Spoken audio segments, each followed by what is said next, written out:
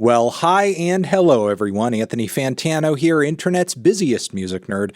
Let's talk about Ultraviolence. Ultraviolence, the beloved album from singer and songwriter Lana Del Rey, dropped in 2014, and it's about to turn 10 years old. That record sits in an interesting place for me when it comes to Lana Del Rey. That is my most negative Lana Del Rey review, score-wise. It is the review of her work that I often get the most pushback on, even years later. I don't often see as many people jumping in my comments to ride for her debut or her third album or her fourth album in the way that they do Ultraviolence. Over the years, as Lana has gained more and more critical acclaim post-NFR, that is one album in her back catalog that people seemingly have kind of warmed up to. And I myself, over the years, have become way more Lana-pilled than I once was back in the day. I mean, she did just drop a record that is going to be a top 10 album for me for this year when I come out with my year-end lists. Spoiler. With all of that being said, I thought it might be worth it to go back and listen to this album because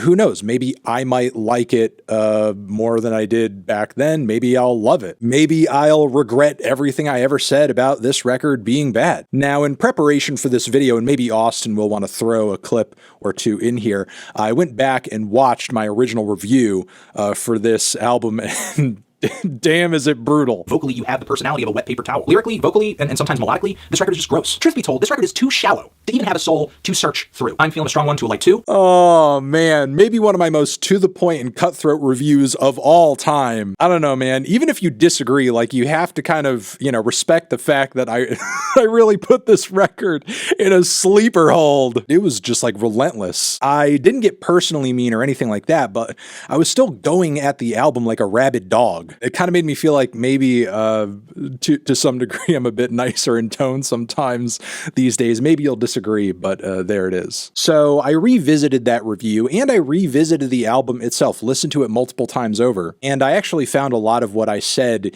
in that video to definitely hold some weight, at least in terms of it like being a point of comparison between this record and Lana's previous Born to Die. Because in comparison, for sure, the songs aren't nearly as direct or punchy. This is definitely a more meditative album for Lana, but I wasn't really kind of praising the things that I think were improved on this album in comparison with Born to Die that I think are easier to see in retrospect. For one, I really like the fact that Lana kind of gave up on this record, the whole gangster Nancy Sinatra persona for the most part, and stopped trying to force like this hip-hop old school vintage vocal pop fusion that she was going for on her first big breakout record that honestly sounded like such a mess. The instrumentation on Ultraviolence, while a little monochrome and washed out with reverb, is a lot more chamber. It's a lot more organic. It is big. It is heavy. It's an ocean of sound that I'm sure Lana fans love getting lost in. Overall, sonically, what is happening here is an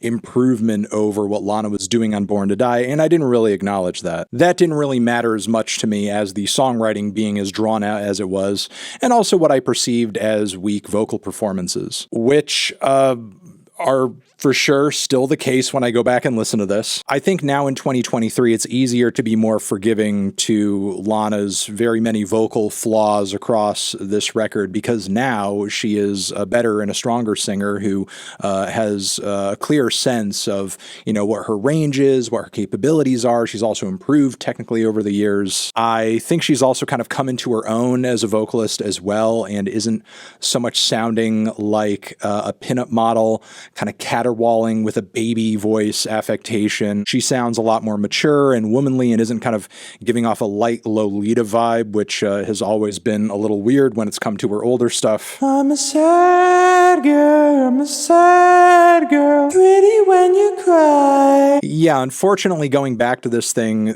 the vocal performances are still very much the Achilles heel. That being said, vocally, the record isn't all bad, and there are a lot of key moments on these tracks where where the guitars and the backing instrumentation are really kind of building up and reaching a point of crescendo and swell, and these spots end up being actually pretty powerful, be that on the intro, Cruel World, or even the title track. Sonically, the record definitely has dynamics to it that kind of remind me of what she would end up doing down the road with NFR, but, you know, obviously not quite at that level in terms of songwriting, vocal ability, and instrumental display, as NFR was a lot more colorful and layered and frankly beautiful. But we certainly couldn't have got there without a record like Ultraviolence paving the way. I kind of scored Ultraviolence lower and more harshly than I did Lana's debut, without actually accounting for whether or not Lana's writing and lyricism were actually worse than her previous record. And, you know, in revisiting this album, I don't think they were. That's not a defense of the record per se. There are, you know, a lot of awful instances of pen game on this thing that just hit as way too on the nose, or even a tad bit problematic, given the portrayals of what seems like physical abuse on the title track, which I get is very much like a reference back to a classic song such as The Crystals' He Hit Me and It Felt Like a Kiss. There's literally a lyric on this song that seems to borrow from that track. I feel like it's one thing to kind of bring back that era and bring back that vibe and put a smart twist on it or turn it into a piece of commentary, but Lana instead seems just as engrossed in and just frankly drowning in the internalized misogyny that that song came out of. Pulling back on this would have been a great opportunity to make a commentary or an observation of the misogyny or the sexism of the era that that music was made in, but that's not what happens on this track. In fact, like in comparison with other songs dropped in the same time period,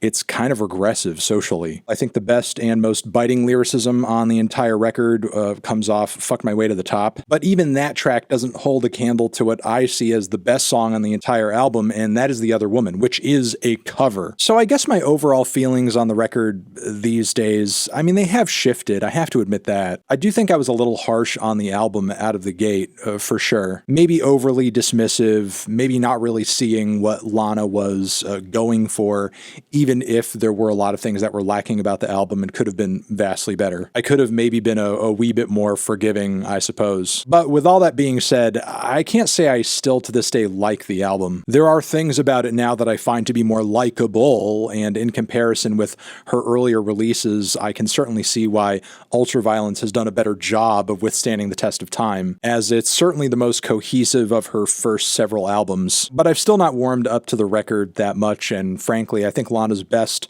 and most amazing work came years later. Even if right now she's not at the commercial peak that she was during this time period, I still think Lana is putting out her best and most artful and most well-written and performed stuff today. Let me know in the comments what you think about this record or my slightly shifted feelings on it. Thank you for watching. Over here next to my head is another video you can check out. Hit that up or the link to subscribe to the channel. Anthony Fantano, Ultraviolence, forever.